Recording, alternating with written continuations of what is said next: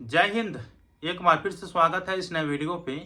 इस वीडियो के माध्यम से जो जानकारी बता रहा हूँ, यह जानकारी बीए, बीएससी, बीकॉम अर्थात ग्रेजुएशन पास उन तमाम छात्राओं के लिए है जो मुख्यमंत्री कन्या उत्थान योजना का लाभ लेना चाहती हैं।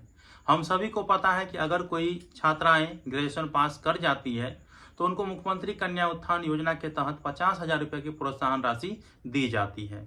देखिए, पिछले वर्ष जो कैंडिडेट पास हुए थे उनका भी अभी तक ऑनलाइन आवेदन नहीं हुआ है।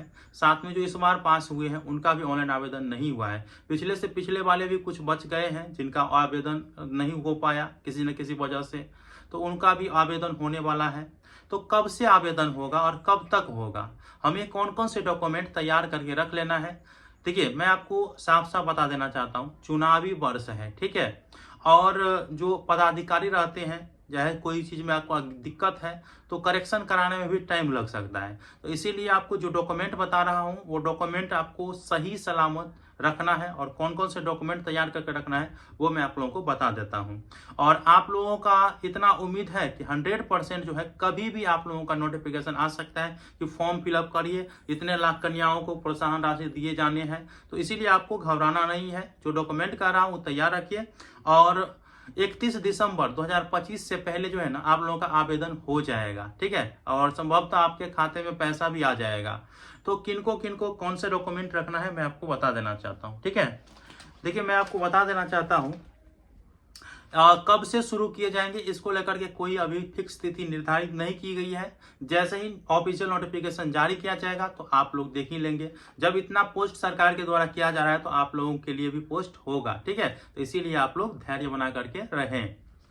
अब देखिए, मैं आपको बता देना चाहता हूँ, आप जो है 10th के सर्टिफिकेट तो आपके पास होगा, उस पर जो है आपके नाम, आपके पिता का नाम, माता के नाम और आपका डेट ऑफ बर्थ, ये सब चीज़ आपको इंक्लूड होगा। तो सेम 10th के सर्टिफिकेट के हिसाब से ही आपका आधार कार्ड भी होना चाहिए, ठीक है। आधार में आपका नाम, स्पेलिंग भी देख लीजिएगा, सब कुछ आपका जो स्पेलिंग है ना वो देख लीजिएगा, सब मैच कर रहा है या नहीं कर रहा है। सब मैच करे तो आप समझिएगा कि आपका ठीक है, अगर मैच नहीं करे तो अपडेट करा लीजिएगा, ठीक है। 10th के सर्टिफिकेट के हिसाब से आप आधार कार्ड को भी अपडेट कराइएगा। ग्रेजुएशन के मार्कशीट आप तैयार रखिएगा, ठीक है। मार्कशीट ओरिजिनल वाला तैयार रखना है।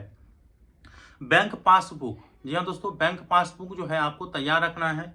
और कौन सा, तो देखिए वैसे आप लोगों को बैंक पासबुक रखना है जो आधार से लिंक हो या आधार सीडिंग हो, ठीक है। आधार सीडिंग होना जरूरी है, तभी आपके खाते में पैसा जाएगा। तो ये चीज आपको याद रखना है, आधार सीडिंग अकाउंट वाला दीजिएगा ताकि आपका पैसा आ जाए। इसके बाद जो है पासपोर्ट साइज फोटो तैयार रखना है, क्योंकि जब ऑनलाइन आवेदन करेंगे तो पासपोर्ट साइज फोटो मांगा जाएगा। जाति प्रमाण पत्र ये भी तैयार रखना है। आय प्रमाण पत्र ये भी तैयार रखना है। और आवासीय प्रमाण पत्र, जी हाँ दोस्तों, बिहार के अस्थायी निवासी होना जरूरी है अगर आप कन्या उत्थान योजना का लाभ लेना चाहते हैं, ठीक है। इसके बाद जो है आपका जो चालू अर्थात चालू सक्रिय मोबाइल नंबर रहना चाहिए, क्योंकि उस पर जब ऑनलाइन आवेदन करेंगे तो OTP आएगा।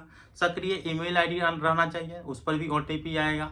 तो इतना चीज आपको तैयार रखना है। मैं एक बार बता देता हूँ, आधार कार्ड, ग्रेजुएशन के marksheet, bank passbook, passport size photo, जाति, आवासीय आय प्रमाण पत्र, ठीक है। इसके बाद जो है सक्रिय मोबाइल नंबर और ईमेल ID, इतना चीज आपको तैयार रखना है। और देखिए, जिनका पिछले बार ऑनलाइन आवेदन नहीं हो पाया था, छूट गया था, तो वो भी घबराएंगे नहीं, आप लोगों का भी ऑनलाइन आवेदन होगा। और जैसे ही पोर्टल पर लिंक एक्टिवेट किया जाएगा या इससे संबंधित कोई भी सूचना आएगा तो मैं आप लोगों को बता दूंगा, ठीक है। आप हमारे व्हाट्सएप चैनल और टेलीग्राम चैनल से जुड़ सकते हैं, डिस्क्रिप्शन बॉक्स में मैं लिंक दे दिया हूं। और कुछ भी जानकारी चाहिए तो आप कमेंट करिए और मैं उसका जवाब देने का प्रयास करूंगा। धन्यवाद।